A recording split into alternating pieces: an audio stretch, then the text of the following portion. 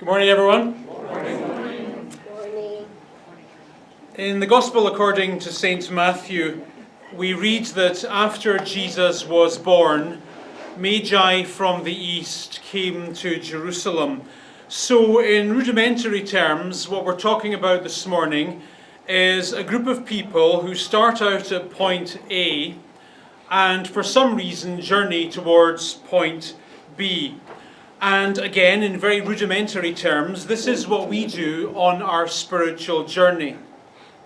We start out at a given point, and from that given point, either slowly or suddenly, either on a given day or over a long period of time, we begin to feel our faith. Not purely in emotional terms, of course, but deep down, we experience the biblical promise that God is with us. And that faith gives us comfort, conviction, guidance, and hope. And what I like most about the idea of being on a journey is that it reminds me that where I am today isn't where I was yesterday, and nor is it where I'll be tomorrow. Life is like this. Life is best like this. It's a reminder that today is a place I can never stay. Where I am today is a place I'm not allowed to remain. I have to keep moving on and moving forward. I can't go back. I can't stay the same. I have to keep pressing on. And the idea of journey in the Bible reminds us of this, and I like it very, very much. So, just a reminder, if today's good, you can't stay. If today's bad, you can't stay. Got to keep moving on, moving forward. Anyway, Matthew calls this group of people Magi, and when we read the word Magi in the Bible, we immediately translate it into the familiar imagery of the three kings. And there's nothing wrong with doing this, just as long as we understand that the whole business of the three kings was an invention of the Empress Helena in the 4th century. Helena, as you perhaps know, is the mother of Constantine the Great, the Roman emperor who Christianized the empire. And Helena was obsessed with artifacts from the Holy Land. And one of the artifacts that she claims to have uncovered is the remains of the three wise men. These remains eventually become relics. These relics are eventually placed in a gold box. This gold box is eventually taken to Germany. The Germans eventually build a cathedral around them. Here it is, the Dreikönigenkirche in Cologne. And much of what we know about the three kings probably comes from the Cologne Tourist Board in the Middle Ages. Quite seriously, from all over medieval Europe, people would travel to Cologne at Christmas time on a pilgrimage, and you've got to have something to tell the tourists, right? You've got to give them a pamphlet, you've got to give them a leaflet, and so the so-called legend of the three kings probably comes from the overactive imagination of German tourist officials. No harm, no foul. However, the actual characters in the Bible story are what Matthew called Magi. They weren't kings, and there weren't three of them. And the big headline for understanding this story is that these people are astronomers. Remember, this is the ancient world. And in the ancient world, people seriously believe that the fate of humankind cannot only be read in the stars, but is in fact determined by the stars. And so if only you can understand what the stars are saying, if only you can understand what the movement of the stars and the planets mean, this gives you the ability to predict the future. And if you can predict the future, you can get the winning lottery numbers, right? There is obvious benefit to knowing what's definitely going to happen tomorrow. And so therefore, all over the ancient world, everyone is playing this game. The Chinese are doing it, the Indians are doing it, the Egyptians are doing it, the Greeks are doing it. They're all developing elaborate systems that they think allow them to interpret the movement of the stars and planets and what that might mean for the future. And in the 1st century, the most advanced of these elaborate star reading systems is practiced by the Magi. The Magi are an elite, a highly elite group of Persian astronomers. So this journey begins in what we today call Iran. And by the 1st century, these Iranian astronomers have been at the forefront of their field for about 800 years. And they probably learned their skills from the Egyptians, who'd been doing it about 1500 years prior to that. So it's important for the way we read the Christmas story to understand that nobody in the ancient world knows more about reading the stars and predicting the future from the stars than the Magi. And for this knowledge, they are highly, highly revered. So notice then that Matthew is careful to point out that these Magi come from the East. And the reason he mentions the East is because there were astronomers all across the ancient world. On any street corner, in any city in antiquity, in Rome, in Athens, in Mississauga, wherever you like, there are people who for a small fee will look at your stars and predict the future. Some of them are good at it, most of them aren't. Some of them have scary smart skills and legitimately seem to be able to predict your future, uncannily so. 99.9% of them cannot.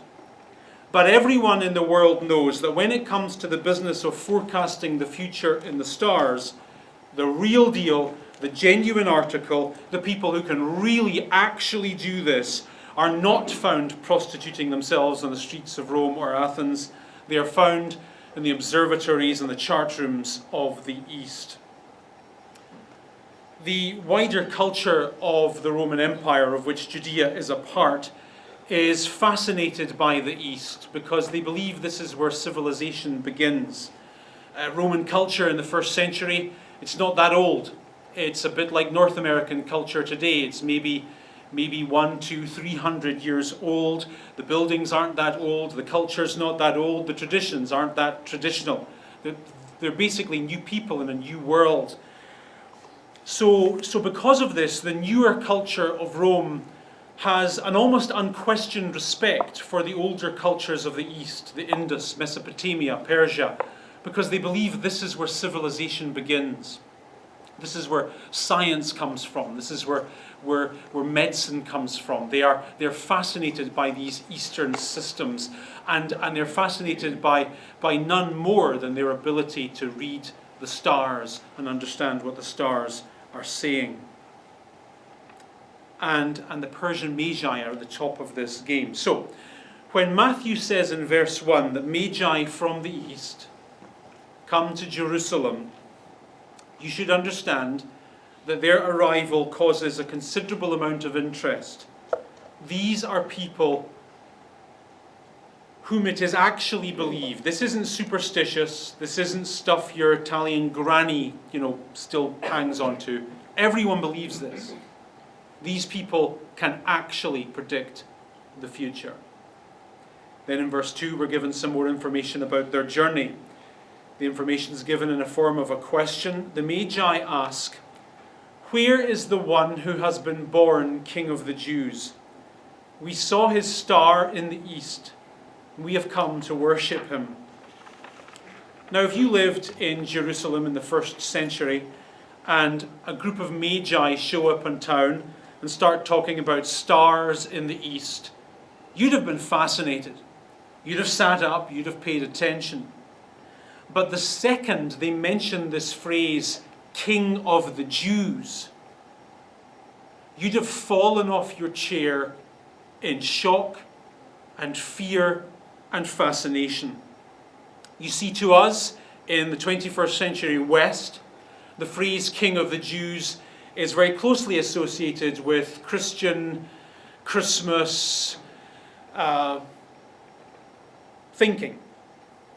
However, to the people who live in the first century, the phrase King of the Jews is a well-known expression that in their ears refers to a great futuristic king whom it was universally believed would come and usher in a golden era, the like of which the world had never seen. And get this, this belief in a King of the Jews wasn't just a localized belief among the Jewish people. All over the ancient world, people are talking about this phrase and what it might mean. They're talking about it in Rome, they're talking about it in Athens. Scientists of every discipline are talking about this phrase, the King of the Jews. The Roman historian Tacitus, for example, writing not long after the first Christian era, says of this obsession, "There was a firm persuasion that at this time, that is around about what we today call the first Christmas, the East was to grow powerful, and rulers from Judea were to acquire a universal empire." What Tacitus is referring to here is a common superstition, not in Israel, but in Rome, that sometime soon a guy from Judea will rise up, be a king, and acquire a universal empire, the like of which the world has never seen. And this firm persuasion that Tacitus refers to was probably caused by unusual stellar events. Remember, in the ancient world, people seriously believed that the movement of the stars and the planets controls the fate of the world. And in 7 BC, the planets Jupiter and Saturn were in an unusual alignment. So unusual it only happens once every 750 years. Then 1 year later, the planet Jupiter is in unusual alignment with the planet Venus. And academics all over the ancient world regarded these unusual positionings of the planets as being a sign of change in the established Roman world order. And because the planet Jupiter was thought to control the fate of Judea, everyone thinks this change has got something to do with Jerusalem and a ruler, a king who will come and change everything. And so everyone is talking in coffee shops, in barber shops, in synagogues, in Roman temples.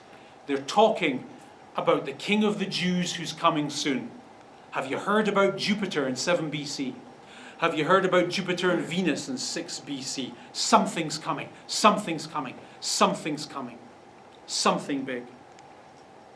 The Roman historian Suetonius, speaking of the time around the birth of Jesus, said, "There had spread all over the Orient, the East, an old established belief that it was fated that at that time being Jupiter in 7 BC and Jupiter in 6 BC, a man will come from Judea to rule the world." Now, the Magi, coming from Persia, probably acquired their fascination for this coming King of the Jews from a character in the Old Testament called Daniel. Those of you who went to Sunday school when you were a kid will remember that about 500 years before Christ, there's this guy called Daniel. He's taken from Jerusalem as a prisoner. He ends up in Babylon, and he does quite well when he gets there.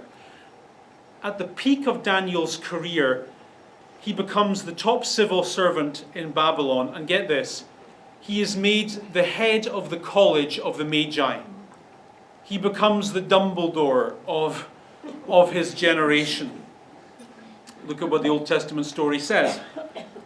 He, that is the king of Babylon, makes Daniel ruler over the entire province and places him in charge of its wise men, of its Magi. And so we extrapolate from this quite reasonably the notion that while Daniel, a good Jewish boy, is living and working in the heart of a bad pagan system, he's telling these elite astronomers, guys, everything's broken, but one day it won't be. Everything's damaged, but one day it's going to get fixed. one day this messed up world is going to be again what God intended it to be. And that's going to happen when the King of the Jews, the Messiah, the Christ, comes. And because Daniel is like the Dumbledore of Hogwarts in Babylon, this enters their terminology, it enters their culture, their thinking. And so generation after generation after generation of Persian pagan astronomers pass this down from teacher to student. One day, a king will come from Judea who will change the world. He will usher in a golden era, the like of which we've never seen.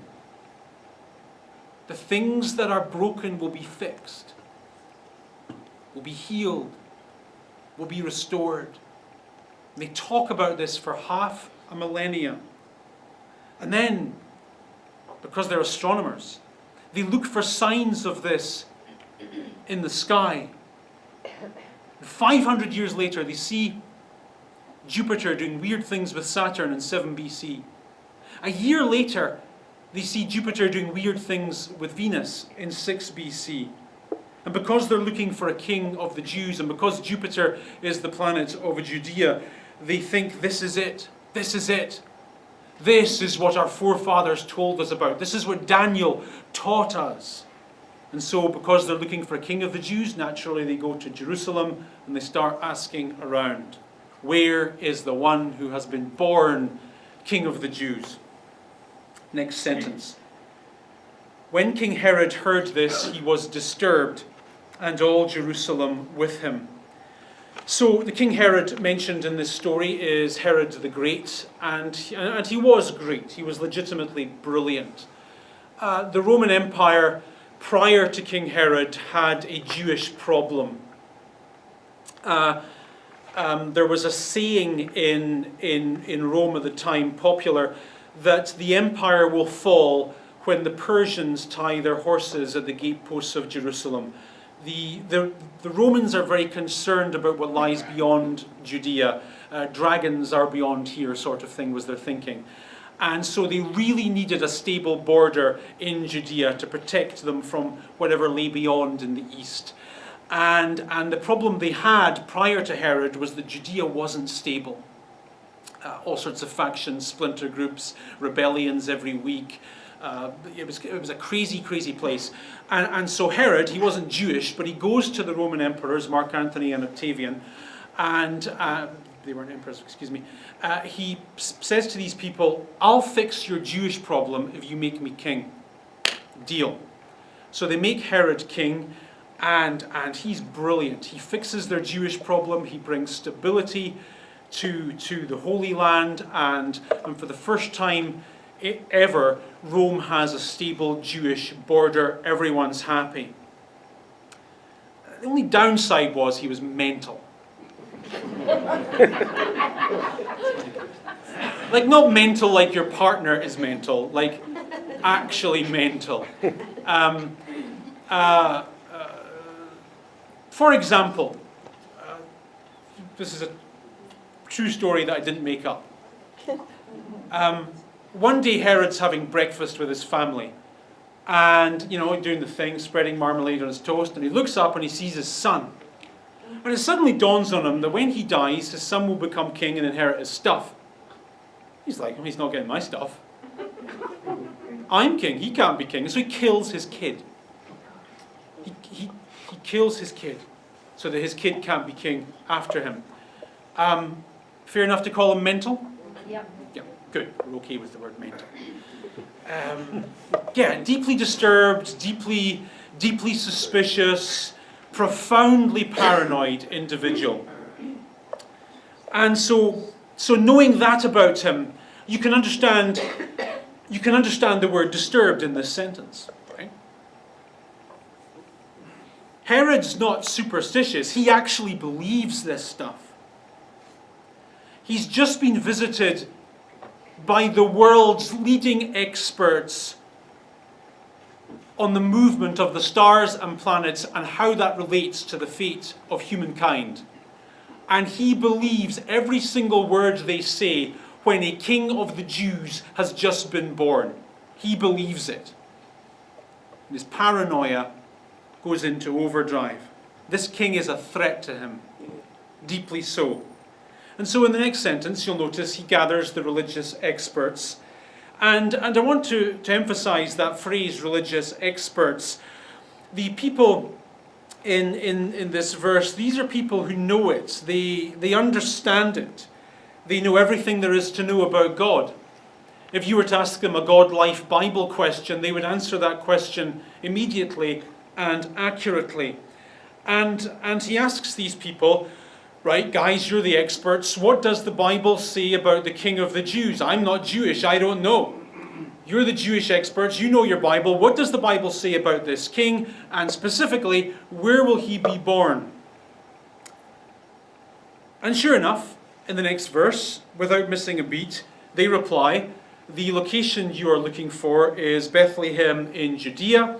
And the reason we know this is because of a prophecy that was written hundreds of years earlier that says, "But you, O Bethlehem, in the land of Judah, are by no means least among the rulers of Judah, for out of you will come a ruler that will be the shepherd, the king of my people Israel." And on the basis of this ancient prophecy that they know off by heart, they're able to reply to King Herod, this is where the King of the Jews, who the Magi have said has just been born, was born. Can we help you with anything else? And when I read the matter-of-factness, the detail, the almost dispassionate response, accurate though it is, I get the impression that they are unmoved by the words they are saying. Do you know what I mean? I get the impression that though they are telling the truth, they are completely unmoved, unchanged by the truth they are telling. They are, look at what Matthew calls them, chief priests, teachers of the law of the Bible. Everything that these people stand for is about the God to whom they pray, intervening in the lives of men and women, healing what's broken in their lives, changing them, restoring what sin and failure have so cruelly taken from them. And the change event par excellence in their faith is that one day the King of the Jews will come and change absolutely everything for the better. And in this episode, they get an indication that that change event that they've been looking for their entire life has just happened. It's actually just happened. And their response is like, oh, yeah. You want to know where it's happened? Bethlehem. Can we help you with anything else? Do you know how far Bethlehem is from Jerusalem, where these guys are having this conversation? 6 miles. That's it. You'd think that their curiosity would be piqued just a little. You'd think that maybe they'd say, maybe we should go take a look. We could be home for lunch. I mean, after all, this thing that the Magi have said has just happened, and we believe them. This is everything to us. We should go for a walk, right? Check it out. I mean, after all, the pagan Magi, who follow the teachings of the pagan Zoroaster, who worship all sorts of pagan nasty gods, these idiots, who we find objectionable, they've travelled thousands of miles for this. And this is our thing. This is what we believe. Do you think we could travel 6 miles and take a look? But they don't. They are unmoved by the truth they believe. What did Jesus say? I have come that the blind might see, but that those who see might be blind. This, at the beginning of the gospel story, is a classic gospel event. What do you have here? You have the wrong people. And make no mistake about it, these guys are the wrong people. They're from Persia. They They're pagan in the classic sense of the word. They believe none of the right things. They are astronomers, which the Bible is a bit queasy about, to put it mildly. And yet these wrong people who believe the wrong things, whose whole life is wrong in certain respects, they get it. They make the right response. Whereas the right people who've believed the right things their entire life, their response is completely off and completely wrong. I think we quickly forget that our faith is a journey. And we're always moving, we're always developing, we're always changing. And what we're changing from is what we were into what we will be, what we can be, what we should be. And the fact is, and you see this all the time in the Gospels, you can be on this journey for 30 years, you can know all of the right information, you can believe all of the right information, you can quote all the right information off by heart, and you can know less of the true essence of the Christian faith than the guy who walks in the door for the first time in 30 years, whose life is more screwed up than you could ever than you can imagine in your worst nightmares. And that guy can make a better response to Christianity than you can. The gospel, in some ways, is this. The wrong people keep getting it. The right people keep missing it. Right?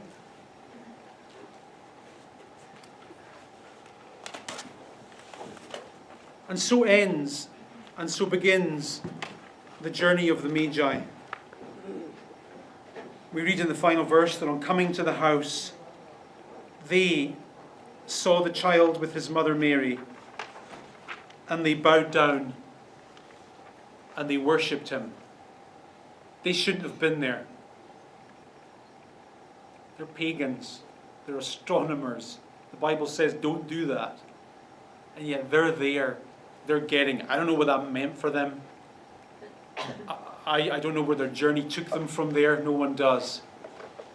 But what's really interesting about this story is who's not there. None of the right people. None of them. All wrong. And yet so right. Any questions on any of that? Interesting. By interesting, I mean a good question. I'll take my time answering the question if that's okay, because if we stay in here another 15 minutes, we see Rogue One for free. I'm all about that. I'm all about the value. Okay, so the question is, why did the Jewish people not get it? Well, some Jewish people, of course, did get it. So we dare not be anti-Semitic in our response. The Christian church, remember, till about 70 AD is predominantly a Jewish movement. Okay, so some Jewish people are like, yeah, we get it. We should say, in fairness, that it's all the wrong Jewish people who get it. Right. So, two reasons, one biblical and one less so. The biblical answer to your question is, Jesus is the wrong Christ.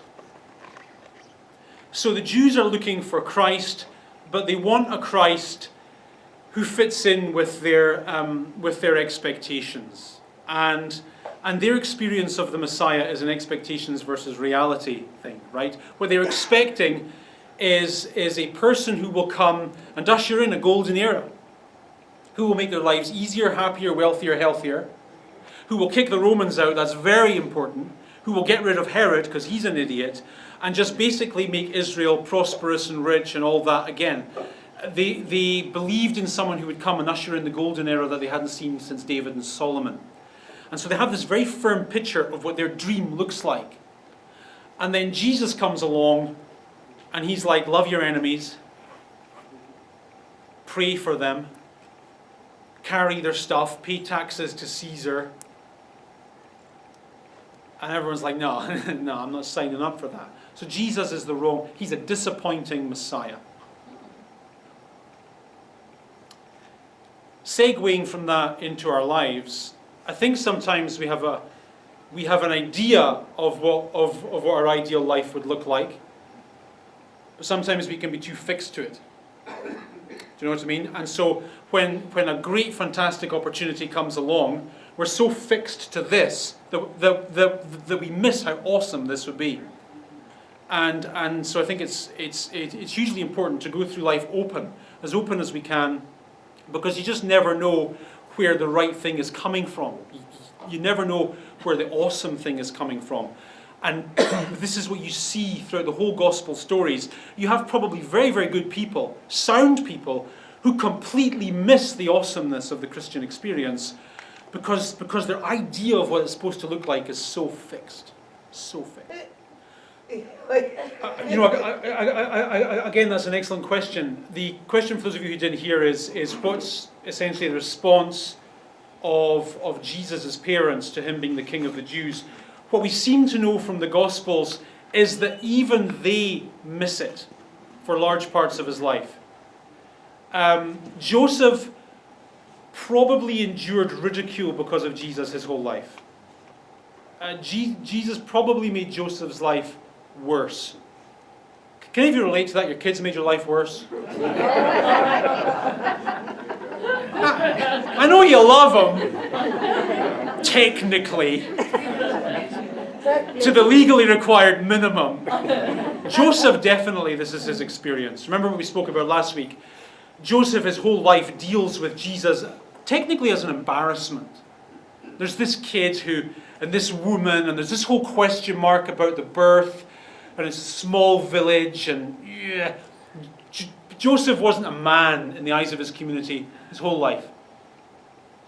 Probably why he died young. Stress. Right? Mary gets it. She gets the Jesus thing. But not till much later. Not till much later. There's stories in the Gospels that show even Mary, even during Jesus' career, so by the time he's like 30, 31 years old, she's not getting it. Which I find enormously encouraging. Remember, Mary has had experiences of the supernatural that we have not. Mary has been visited by what? An angel. Angel Gabriel. And the angel spoke to her. And she has had an experience of a miracle. So she's way ahead of us. Way ahead of us. And yet she, even knowing and hearing and experiencing the definite proofs of God that she has had, she still has her struggles, she still has her doubts. I find that encouraging. And it kind of affirms me that doubt is part of this journey too. Struggle is part of this journey too. Awesome question. Thank you for coming. God bless you. See you next week.